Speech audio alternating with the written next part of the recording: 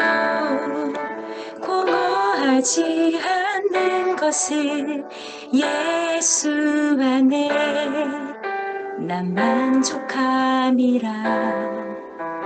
가난하여도 부족하지 않는 것을 예수 안에 오직 나는 부유함이라.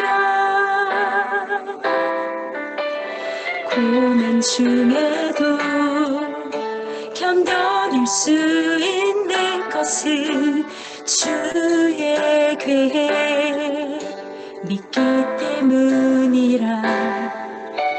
실패하여도 일어설 수 있는 것은 예수 안에 오직 나는 승리함이라. 난 예수로 충만하네. 난 예수로 충만하네. 난 예수로 충만하네. 영원한 왕 내 안에 살아계시네.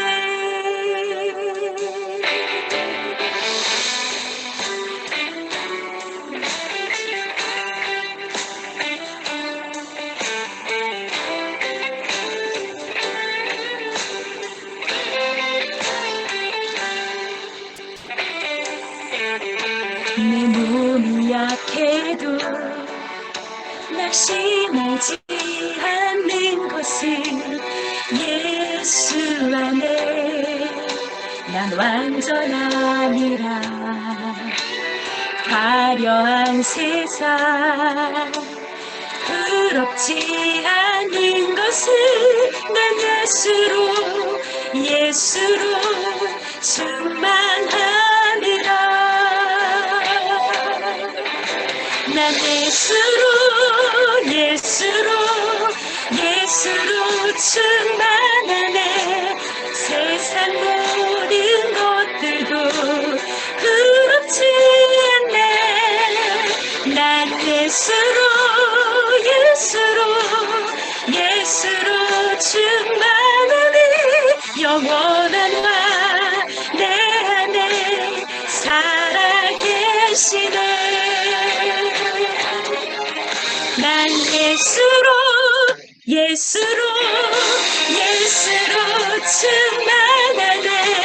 세상 모든 풍파도 두렵지 않네. 난 예수로 충만하네. 영원한 왕 내 안에 살아계시네. 영원한 왕 내 안에 살아계시네.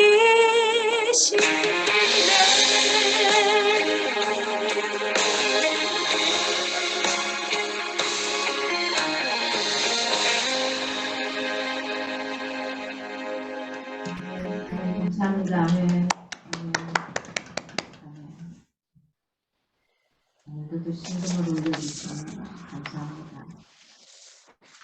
네, 오늘 함께 보실 말씀은 요한복음 5장 19절에서 29절입니다. 요한복음 5장 19절에서 29절. 요한복음 5장 19절에서 29절, 제가 한 절, 여러분이 한 절, 그렇게 있습니다. 그러므로 예수께서 그들에게 이르시되 내가 진실로 너희에게 이르노니 아들이 아버지께서 하시는 일을 보지 않고는 아무것도 스스로 할 수 없나니 아버지께서 행하시는 그것을 아들도 그와 같이 행하느니라. 아버지께서 아들을 사랑하사 자기가 행하시는 것을 다 아들에게 보이시고 또 그보다 더 큰 일을 보이사 너희로 놀랍게 여기게 하시리라. 아버지께서 죽은 자들을 일으켜 살리신 같이 아들도 자기가 원하는 자들을 살리느니라. 아버지께서 아무도 심판하지 아니하시고 심판을 다 아들에게 맡기셨으니 이는 모든 사람으로 아버지를 공경하는 것 같이 아들을 공경하게 하려 하심이라. 아들을 공경하지 아니하는 자는 그를 보내신 아버지도 공경하지 아니하느니라.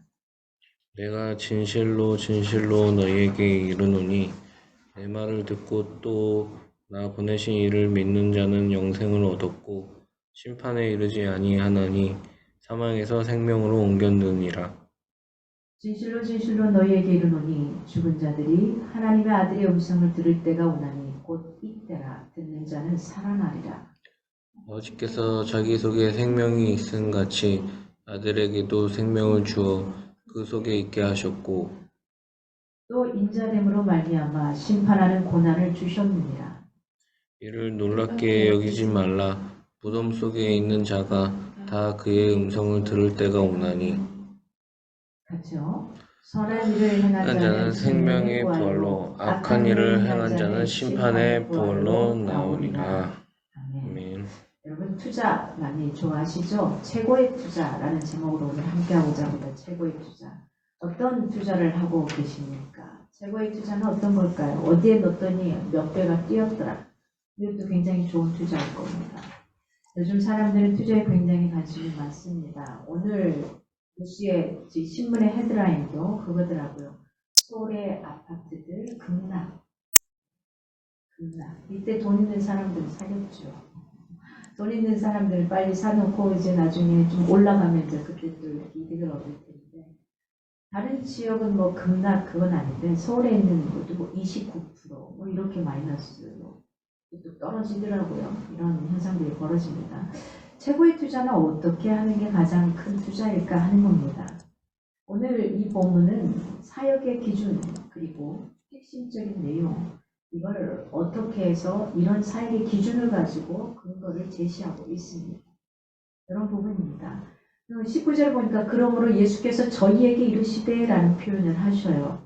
예수님이 안식일에 병자를 고친 것에 대해서 사람들이 굉장히 반발을 계속해서 했던 거잖아요. 이 반발에 대해서 유대인들에게 성부 하나님과의 관계, 나하고 성부 하나님과의 관계 그 근거가 어디에 있는지를 계속 이야기해주고 있는 겁니다. 내가 하나님의 아들로서 예수 자신으로서 내가 신적인 그런 어떤 권위, 그리고 내 자신의 어떤 사역 이것을 설명해주고 있어요. 그래서 안식일에도 일하는 게 얼마나 마땅한 건지에 대해서 이야기를 하고 있습니다. 그래서 이건 정당한 거다. 내 아버지도 너희들을 위해서 우리들을 위해서 천지 만물을 지으시고 일하실 때 쉬지 않고 일하셨다. 생명을 살리는 일에는 이렇게 하셨다. 그가 보내신 나도 그와 동일한 것을 해나간다. 이 표현을 하고 있는 거죠. 예수님을 구주로 믿기 위해서는 사실이 굉장히 신비로운 내용을 우리가 알아야 될 부분이기도 합니다. 왜냐하면 성부 하나님을 믿고 있는데 성자 예수 그리스도를 믿지 않는 유대교인들이 있죠. 그를 인정하지 않는 거거든요. 보여주고 이러는 거죠. 그래서 이러한 내용은 인간의 이성만으로는 받아들이기 사실 어려운 조금 신비한 내용을 담고 있기도 합니다. 그래서 선언을 합니다. 예수님께서. 아들이 아버지 하시는 일을 보지 않고는 이렇게 표현을 해요. 그죠? 우리 자식들도 보면 저거 누구 닮았나 하다 보면 엄마 아빠 중에 누군가를 닮아 있었죠. 그의 유전자를 닮아 있었고 그의 모습을 닮아 있었던 겁니다. 그래서 오늘 19절에서 22절까지는 예수님께서 성부 하나님과 어떤 관계에 있어서 이 근거치를 이야기를 하고 있는 겁니다. 그래서 우리가 강같이 말아야 될 것은 뭐냐면 아들이 본 것과 우리가 보는 것 사이에는 사실은 현격한 차이가 존재한다는 겁니다. 그러니까 내가 바라보는 것과 또 상대방이 바라보는 게 다른 거죠. 예수님의 신적인 인식 능력 그리고 우리의 인간적인 인식 능력에 가지는 그런 어떤 차이는 사실은 설명이 가능하지 않을 겁니다. 불가합니다. 신이신 그분이 갖고 있는 나하고 똑같은 인간으로 오셨다 할지라도 신이신 그분이 갖고 있는 그가 바라보는 것과 내가 극히 인간으로 살아가고 있는 내가 바라보는 것들은 차이가 있을 수밖에 없다는 겁니다.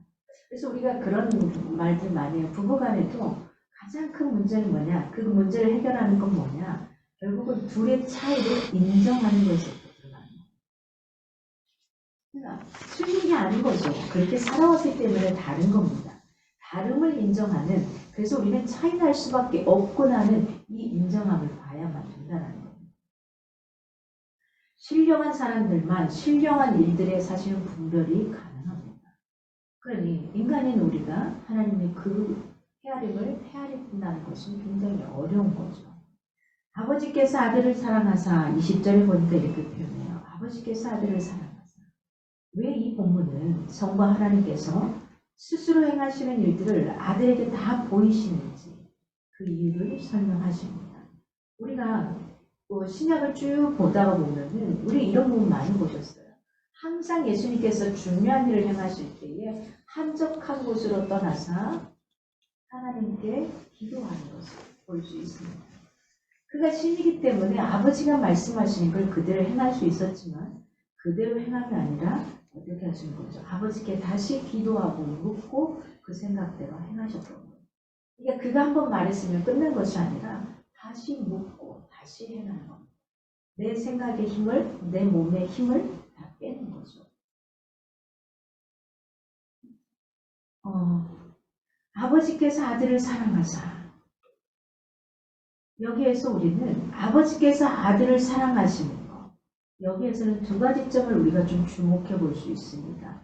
그 첫째는 사랑을 나타내는 단어가 참 많습니다만은 이 사랑을 나타내는 동사 필레오가 여기서는 사용됐습니다. 필레오. 이 필레오는 어떤 거냐면요. 친구나 아니면 가족 간의 그 사랑을 나타낼 때 쓰이는 동사입니다. 그래서 가장 기본적인 친밀한 관계에 있는 어떤 사람을 자기 사람 중에 하나로 취급한다, 이런 게 필레오가 갖고 있는 의미입니다. 상대방을 하나의 완성된 인격체로 인정하면서도 자신과의 굉장히 밀접한 관계성의 근거에서 마치 내 자신의 일부인 것처럼 사랑하는 게 바로 이 필레오가 갖는 사랑의 의미입니다. 그러니까 아버지께서 아들을 사랑하자, 이 표현인 거죠. 나의 피부치, 나한테 뗄래야 뗄 수 없는 이런 아들이라고 표현을 하고 계시는 거죠. 둘째는 이 동사가 현재 시제로 쓰였다는 거예요. 과거 시제로 쓰였다면 끝났겠죠. 이 피부치 같은 관계가. 근데 그게 아니라 현재 시제니까 어떻다는 거죠? 지금도 여전히 그는 나와의 관계가 떨어지지 않는, 마치 그 아들이 아프면 내 피부치가 붙어있는 거니까 살점이 떨어져 나오는 것 같은 아픔이라는 거죠. 이런 사랑의 관계라는 겁니다. 그래서 이런 구체적인 내용을 밝힌다는 건 뭡니까, 결국은? 사람들이 계속해서 왜 네가 이런 일을 해내? 너가 성부 하나님도 아닌데? 여기에 대해서 이야기하는 거죠. 나는 그와 동등하게 이 일을 하고 있다라는 표현입니다. 아버지께서는 언제든지 자기 하시려는 일들을 모두 아들에게 알게 하시고 있습니다. 근데 이 아들을 언제든지 정확한 어떤 지식을 바탕으로 성부 하나님께서 원하신 바를 말씀하시고요. 그리고 가르치시고 그리고 행하셨다는 겁니다. 우리에게는 성령 충만이 있어야만 합니다. 우리에게 성령 충만이 있어야 돼요. 왜냐? 성령님은 하나님의 깊은 것까지도 우리를 통달하게 하시거든요. 그걸 아시는 분이거든요. 그래서 그분에게 도움을 요청할 때 그의 마음을 우리가 헤아릴 수 있게 하시고 깨달을 수 있게 하시고 또 행할 수 있게 하시는 거거든요. 그리스도께서 말씀하시는 모든 것을 우리로 하여금 생각할 수 있게 하시는 게 성령 하나님 하시는 역할입니다. 그래서 성령이 충만하지 못하면 그 마음을 헤아리기가 어려운 겁니다. 성령님께 많이 간구하시고 구하시기 바랍니다. 예수 그리스도께서 하늘로 오르시면서 너희가 너희끼리만 살아갈 수는 없기 때문에 그 내가 보혜사 성령 하나님을 선물로 너희 옆에 붙어 있게 할 거야. 우리는 그분의 손만 터치하면 되고요. 그분께 기도하기만 하면 되는 겁니다. 우리가 신령한 사람이 될 수 있다? 어렵습니다. 어렵습니다. 안 됩니다. 그래서 모든 사람은 오직 누구의 가르침을 받아야 될까요? 우리는, 저와 여러분은 성령 하나님의 가르침 속에 있어야만 그분이 가르쳐주는 소리로 말씀을 깨달을 수 있고, 그다음 우리가 기도할 때에 그 기도를 누구에게로? 하나님께로. 성부 하나님께로, 성자 하나님께로 우리를 이렇게 끌어줄 수 있는 분이라는 겁니다. 그래서 이 신령한 지식을 우리가 소유할 수 있게 되는 겁니다.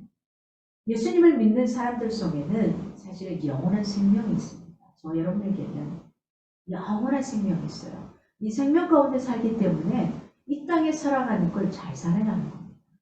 이 땅에서 삶이 끝난다면 우리 그렇게 잘 살 필요 없어요. 한탕주의로 끝나도 괜찮아요. 근데 이 땅에서 삶이 마지막이 아닌 겁니다. 이 다음의 생이 또 있기 때문에 우리는 잘 살아야 합니다. 21절 보니까 아들도 자기가 원하는 자들을 살리느니라. 아들도. 성부 하나님도 살리셨지만은 그 아들도 똑같이 살리느니라. 이 살리느니라 이 표현이 조포이에이라는 원어입니다. 조포이에. 그래서 우리가 그 영어 이름으로 저는 영어 이름을 쓸 때는 조라는 또는 조에 이렇게 표현을 쓰거든요. 이 의미를 썼던 게 보통 이제 조이는 남자 이름의 영어 이름에서 많이 쓰는데요. 이 이름을 저는 이 언어에서 좀 가져왔어요. 그래서 이름을 쓰는 게 생명이라는 의미가 들어요. 그래서 제가 이걸 쓰는 거거든요. 그래서 조포이에이 이 말은 생명을 주다라는 뜻입니다. 생명을 주다. 살리느니라 생명을 주다. 하나님께서 인간에게 생명을 주신다는 사실은 구약 성경에서 계속해서 강조하고 있는 부분이 있잖아요. 생명을 살리는 부분. 하나님께서 하시는 일을 가리켜서 쓰이는 이 말이 예수님에게도 동일하게 쓰였던 겁니다. 그러니까 지금 계속해서 사람들이 네가 뭔데 네가 목수의 아들이고 거기서 무슨 선한 것이 날 수 있겠어 가난한 곳에서 이 표현을 쓸 때에 아니 거기에 대해서 내가 가지고 있는 실적인 권위에 대해서 성부 하나님께서 나에게도 동일한 걸 주셨다는 걸 계속해서 사람들에게 이야기할 수밖에 없는 겁니다. 예수는 심판을 면할 수 있는 마지막 선택. 우리가 예수 그리스도를 믿는 것은 22절에 이렇게 표현을 해요. 심판을 다 아들에게 맡기셨으니라는 표현을 합니다.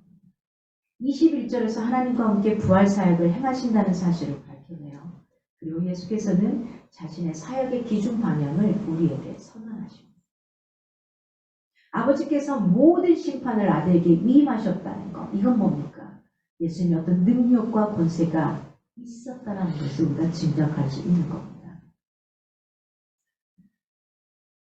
뭐죠? 유대 민족들은, 유대 종교 지도자들은 어떤 겁니까? 이들은 여호와 하나님만 인정을 합니다. 여전히 지금도 마찬가지입니다. 예수님을 거부하고 있습니다. 이건 뭡니까? 심각한 사실은 신성 모독에 해당되는 상황입니다. 이들은 여전히 오실 메시아를 기다리고 있거든요. 그래서 아버지께서는 이야기하는 겁니다. 주셨다. 그 능력을 그에게 주신 겁니다. 그래서 모든 심판에 관한 상황은 이미 아들에게 위탁되었다는 거죠. 우리가 위탁이 된 건 그에게 모든 것을 다 권위를 주는 거잖아요. 아이를 우리가 부모가 없는 아이를 위탁하는 위탁 대리모들이 있습니다. 이들은 그가 부모가 되어 그들에게 동일하게 해주는 거 마찬가지입니다. 그들에게 주었다는 겁니다. 그래서 결국은 뭐냐? 이 예수 그리스도를 거부하는 사람에게는 결국 뭐가 있다는 심판이 있다. 그 심판 후에는 영원한 형벌이 있다. 이렇게 표현해 주는 겁니다. 하나님과 사람 사이에, 하나님과 우리 사이에 우리의 힘으로 의지로 갈 수 있는 게 아니라 그 중간에 중보로서 브릿지 역할을 해주시는 분이 바로 누구죠? 예수 그리스도잖아요. 그분 한 분뿐이라는 사실입니다. 그러므로 누구든지 하나님께로 나아가려면 반드시 누구를 통해야지만 가능하다고요? 예수 그리스도를 통해야지만. 근데 그 예수 그리스도를 만나는 그것은 바로 누구를 통해서? 지금 현재 누가? 성령 하나님이 우리의 마음을 깨닫게 하시고 끌어주시고 마음을 열어주셔야지만 가능하다는 사실입니다. 그래야지만 이 세 분 하나님이 삼위일체의 하나님께서 하시는 그 역할들이 제대로 작동을 하는 겁니다. 그러면서 23절에 예수는 선택의 대상이 아니라 선택하시는 주체이라는 사실입니다. 자신의 신적인 권위를 이야기하고 있고 선언하고 있습니다. 예수님은 우리가 선택할 대상이 아니라 그는 선택하시는 주체라는 겁니다. 그가 선택하시는 주체라는 겁니다. 이는 모든 사람으로 아들을 공경하게 하려 하십니다. 이렇게 표현합니다. 아들에게 전적으로 구원과 심판의 정권을 다 위임했다는 겁니다. 그래서 예수께서는 모든 사람이 하나님을 영원토록 영광을 돌릴 수 있는 창조주로서 공경하는 것과 동일하게 자신에게도 이와 같은 역할을, 가치를 아버지께서 나에게 부여하셨다. 이걸 이야기할 수밖에 없는 겁니다. 예수님의 실체를 인정하지 않고 단지 그를 선택의 대상으로만 여기던 이들에게 약속된 것은 사실은 뭐만 남았냐? 지옥의 형벌만 남았습니다. 요즘 시대에 이런 말을 하면 좀 웃기는 소리 같지만 우리는 알아야 됩니다. 분명하게. 마지막 때가 돼요. 마지막 주님 앞에 올라갈 때 어떤 심판대 위에 설 거냐. 여러분이 살아가는 이 땅에서의 삶이 지금 만들어지는 겁니다. 오늘 24절에서 29절 마지막을 보면 모든 인생의 부활과 심판을 선언하십니다. 성도는 예수 그리스도를 믿는 저와 여러분은 새 생활을 통해서 자신의 믿음을 증거해야 됩니다. 자, 예수 그리스도를 영접했어요. 받아들였어요. 구원을 받았습니다. 그러나 플러스 알파의 삶은 우리가 이 땅에서 제대로 살아내야 되는 역할이라는 거예요. 한번 구원받음으로 아무렇게나 살아도 돼. 이건 구원받을 삶이죠. 그래서 엉망으로 살아갑니다. 한번 구원받았으니까 더 이상 어떻게 살든 상관없어 그러고 자기 멋대로 살아갑니다. 그러나 그렇지 않은 겁니다. 예수 그리스도를 제대로 믿고 살아가는 자라면 삶의 변화가 일어날 수밖에 없어요. 그렇지 않나요, 여러분? 무엇인가가 바뀌어가면 어때요? 세상에서도 내 생각이 바뀌어가면은 삶의 패턴과 생각하고 바라보는 게 완전히 달라지잖아요. 마찬가지입니다. 우리 삶들이 변해가야 되는 겁니다. 결국은 우리는 경험하고 체험함으로 인해서 나를 통해 내가 경험되어지고 보여진 이 삶의 모습을 통해서 많은 사람들이 예수께로 돌아오게 되는 거예요. 내 입술로가 아니에요. 내가 이렇게 됐어가 아니에요. 그들이 내가 말하기 전에 나의 모습을 보고 변화된 상황을 보고 돌아오는 겁니다. 그래서 24절 보니까 내가 진실로 진실로 너희에게 이르노니 라는 말을 합니다. 내가 진실로 진실로 이르노니 계속해서 문구를 반복합니다. 이건 당시의 유대인들이 받아들였지 않았기 때문이에요. 받아들이지 않기 때문에 굉장히 어렵고 너무나 신비로운 이 말씀을 할 수밖에 없는 거예요. 내가 진실로 진실로 진실로 너희에게 간곡히 이야기하는 겁니다. 성부 하나님께서 너희가 믿는 그 여호와 하나님께서 아들인 나에게 그 정권을 다 이임했다. 내가 하는 게 허투루 하는 것이 아니다. 그 표현을 하는 겁니다. 영생을 얻었고 심판에 이르지 아니하나니 예수께서 자기 말씀을 듣고 자신을 보내신 하나님을 믿는 사람들에게 주신 굉장히 놀라운 말씀의 약속이었습니다. 한마디로 말하면 영생을 얻는다는 거예요. 네가 나를 믿고 따라오면 영원한 생명을 나와 함께 기뻐하며 춤출 이 세상에서 세속에서 굉장히 힘들게 살아왔을지 모르지만은 나와 함께 거니는 그 세상에서는 네가 눈물도 없이 기쁨만 있는 아픔도 없이 웃음만 있는 행복한 미소만 있는 그곳에서 함께 살 것이라는 것. 인간은 본래 로마서 3장 23절을 보면 죄 아래에 있었던 사람입니다. 우리 다 죄 아래에 있는 사람들입니다. 그러나 누구를 통해서? 예수 그리스도를 통해서 우리의 그 모든 것들이 주홍같이 붉은 죄가 양털같이 흰 죄로 씻어주신 게 바로 예수 그리스도 그분을 통해서입니다.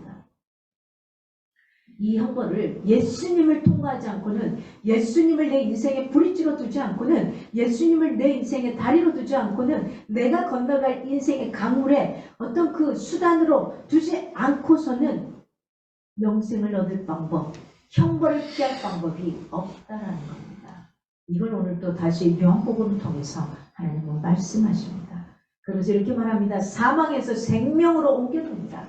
사망에서 너의 영혼을 생명으로 옮겨줍니다. 죄 아래 있었던 이전 것들이 모두 지나가고 이제 너의 인생은 새롭게 되었다. 네가 나를 만남으로 인해서 새로운 인생이 되었다. 그런데요, 이 변화에는 여러분 외적인 변화보다도 내면의 변화가 굉장히 중요합니다. 외적인 변화는 포장해서 얼마든지 변화할 수 있습니다, 여러분. 그러나 내 내면의 변화가 일어나지 않으면 겉으로 포장되어서 나왔던 그것은 언젠가는 그냥 사람들에게 발칵이 됩니다. 발견이 돼요. 그냥 사람들이 알게 돼요. 알면서도 보면서도 모르지 않은 것뿐입니다. 그러나 이 외면보다도 내면이 중요시되는 이것을 알 수 있습니다. 예수 그리스도로 말미암아서 변화된 사람들은 이 세상에서 굉장히 새롭고 감격적인 삶을 살아갈 수밖에 없어요. 장차 올 세상에서는 하나님과 함께하는 영원한 생명에서 뭐하고 왕노릇하며 살 것이다 라고 표현하십니다. 그래서 저와 여러분이 이 땅에서 잘 살아가야 됩니다. 이 땅에서 우리가 잘 살아가는 이유는 바로 여기에 있습니다. 예수님을 믿으면 누구든지 그때부터 새 사람으로 바뀌게 됩니다. 그래서 요한은 이것을 가르쳐서 이렇게 표현합니다. 하나님의 자녀가 되는 권세를 얻었다. 그렇죠? 요한복음 1장 12절 이렇게 말하죠. 내가 영접하는 자 곧 그 이름을 믿는 자들에게는 하나님의 권세를 엄청난 겁니다. 죄인된 자가 의인이 되는 거고요. 마귀의 자식에서 하나님의 자녀로 신분 자체가 완전히 탈바꿈하게 되는 거죠. 신분 자체가 완전히 바뀌어버리게 된 겁니다. 이것은 누구를 통해서요? 예수 그리스도를 통해서만 기대할 수 있는 놀라운 변화라는 겁니다. 우리들의 입술의 고백만 바뀌고 삶의 방식이라든지 내용에 거의 변화가 없다면 이것은 올바른 신앙의 모습이 아닙니다. 바른 신앙은 어떻게 될까요? 저 사람이 진짜 예수님을 믿는지 안 믿는지 아는 것은 전 인격적인 변화가 일어날 수밖에 없다는 겁니다. 하나님을 믿으면 전 인격적인 변화가 일어날 수밖에 없어요. 그전에 나 저거 꼴도 보기 싫었어. 근데 꼴이 보여지기 시작하는 거예요. 나 저거 하기도 싫었어. 근데 그걸 하기 시작하는 거예요. 전 인격적인 변화가 일어나기 시작합니다. 나 저런 사람하고 같이 하기 싫어. 나하고 다른 급이야. 라고 생각했는데 내가 그렇게 치부했던 사람하고 가까이 하게 됩니다. 여러 가지 삶의 변화가 일어나기 시작합니다. 내 눈이 아니라 내 눈에 무슨 콩깍지가 씌었을까요? 예수 그리스도의 하나님의 콩깍지가 씌어버린 겁니다. 그러니 보기 싫었고 사랑할 수 없는 그들이 제대로 사랑할 수 있는 영혼으로 보이고 보고 싶은 영혼으로 만들어지더라는 겁니다. 인생에 있어서 가장 중요한 시간은 언제나 지금입니다. 지금 이 시간이 가장 중요한 겁니다. 그 다음을 생각하지 마세요. 지금이 있어야지 그 다음에 미래가 보이는 거예요. 과거 이미 지나왔습니다. 그 과거로 인해서 지금이 있었습니다. 그러나 말장난 같지만 이렇게 말하고 싶습니다. 지금이 있었기에 과거가 주어졌던 거고요. 그 과거가 있었기에 또 지금이라는 시간이 있는 겁니다. 지금이란 시간을 내가 잘 살아가기에 그 다음 내일과 미래가 주어지는 겁니다. 그리고 나서 어디에요? 하늘나라에서 하나님과 함께 기쁨으로 누리며 살아갈 그날이 주어지는 겁니다. 우리 인생에서 가장 중요한 시간은 바로 지금이라는 거. 금 중에서 가장 값지고 비싼 건 지금이라는 거. 왜요? 돈으로 살 수 없는 것이 지금이거든요. 이 지금이라는 현재의 시간이거든요. 이건 마치 어떤 거냐, 지금이라는 것은 백지수표와 같은 겁니다. 내가 얼만큼을 기록하고 쓸 수 있느냐에 따라서 지금이라는 시간은 주어지는 겁니다. 25절에 이렇게 말합니다. 때가 오나니 듣는 자는 살아나리라. 예수님 영적으로 죽은 자들에게 생명을 주시는 분입니다. 그러면 영적으로 죽었다는 건 어떤 의미입니까? 영적으로 죽었다는 거. 성경학자 바클레이가 이런 표현합니다. 영적으로 죽었다는 건 노력하는 것을 중단해버린 상태, 또는 느낌을 중단해버린 상태, 또는 생각을 중단해버리는 상태, 또는 회개를 중단해버리는 상태. 그게 무엇이 됐든 중단해버리는 상태, 그게 바로 영적으로 죽었다는 겁니다. 마찬가지죠. 우리가 육신이 죽었다는 것은 모든 것으로부터 끊어지는 거잖아요. 영도 마찬가지입니다. 여러분의 영은 살아있기를 바랍니다. 예수님의 음성을 듣는 사람마다 살아납니다. 새 생명을 얻는 역사가 일어납니다. 사람의 미래는 현재에 의해서 결정이 나는 거예요. 현재가 없이 그 다음 미래가 결정나잖아요. 지금 제대로 살지 못하면서, 지금 영적으로 하나님 앞에 제대로 거듭나서 살지 못하면서 나는 그 다음에 하나님을 제대로 믿을 거야? 나는 그 다음에 이렇게 살아갈 거야? 아니라는 겁니다. 지금입니다. 모든 일에는 뭐가 있는 거죠? 때와 기한이 있잖아요. 늘 하차합니다. 중고등학교 학생 때 공부 좀 열심히 할 거. 저는 그때 공부 안 했거든요. 늘 말합니다만 그때 공부 안 했어요. 그때 공부했더라면 내가 지금 여기 있을까? 아닐지 몰라요. 해외에 돌아다니고 있을지 몰라요. 영어에서 막 자유로울지 몰라요. 근데 그때 그렇게 공부를 안 했을까? 그런 생각들을 참 많이 하게 돼요. 그때와 시는 지난 다음에 경험을 하게 되니까 지금 좀 잘 알고 있으면 좋잖아. 그런데 지금도 늦지 않았다는 거죠. 지금 내가 해야 될 그 역할, 지금 여기서 하는 겁니다. 다른 거 말고요. 지금 여기 계신 분들은 아이들이 또 계시는 분들도 계시는데 아이들의 지금 시간은 지나버리면 다시 돌이킬 수 없습니다. 지금 그때 아이들이 경험할 수 있고 해야 될 것들을 할 수 있도록 펼쳐줄 수 있도록 이렇게 세상을 좀 넓게 볼 수 있도록 해주는 역할들을 해주시면 참 좋겠습니다. 26절에 아들에게도 생명을 줘 그 속에 있게 하셨고 생명을 가지게 하려고 허락하셨다 이런 번역입니다. 생명을 가지게 하시려고 허락하셨다. 태초부터 계셨을 때뿐만 아니라 창조의 사역 가운데도 성자 예수 그리스도 그분도 그때 동일하게 행하셨습니다. 창조하실 때 창세기에 우리가 라고 표현을 하죠. 우리가. 삼위일체 하나님께서 세 분 하나님께서 동일하게 그 역할들을 감당하셨던 겁니다. 여러분 인자의 됨을 인하여 이를 귀히 여기지 말라. 무덤 속에 있는 자가 그 음성을 들을 때가 오나니 이라고 표현을 합니다. 29절과 연관해 볼 때에 이 세상 마지막에 있을 그리스도의 재림, 그분의 오심, 재림이 그분의 오심입니다. 죽은 자의 부활, 이걸 말씀하고 있습니다. 현재의 삶은 내세를 위한 가장 확실한 투자입니다. 여러분 최고의 투자는 지금 이곳을 살아가고 있는 저와 여러분의 최고의 투자는 하나님과 함께 매일 살아가는 겁니다. 하나님 안에서 말씀 속에서 내 삶을 고쳐가고 나가는 거고요. 하나님 말씀 안에서 내 삶에 긍정적인 확언을 갖고요. 하나님 말씀 안에서 살아가는 것. 이게 최고의 투자입니다. 돈의 투자는 어떻습니까? 마이너스가 나기도 합니다. 없어지기도 합니다. 근심과 걱정 속에 들어가기도 합니다. 그러나 하나님의 말씀 가운데 내 삶을 영적으로 제대로 확실하게 투자할 때에는 마이너스가 절대 나지 않습니다. 저 분명하게 여러분에게 이야기할 수 있습니다. 하나님 안에 투자는 내가 1밖에 안 되는데 2나 3이 와요. 1밖에 안 되는데 때로는 100이 와요. 하나님의 투자는 마이너스가 없어요. 절대 플러스밖에 없습니다. 여러분 어떤 투자를 하시겠습니까? 심판의 부활로 나오리라. 본절이 함축하고 있는 것은 첫째는 이건 뭐냐? 세상 끝날에 모든 사람이 부활하게 된다는 거예요. 다시 살아난다는 거예요.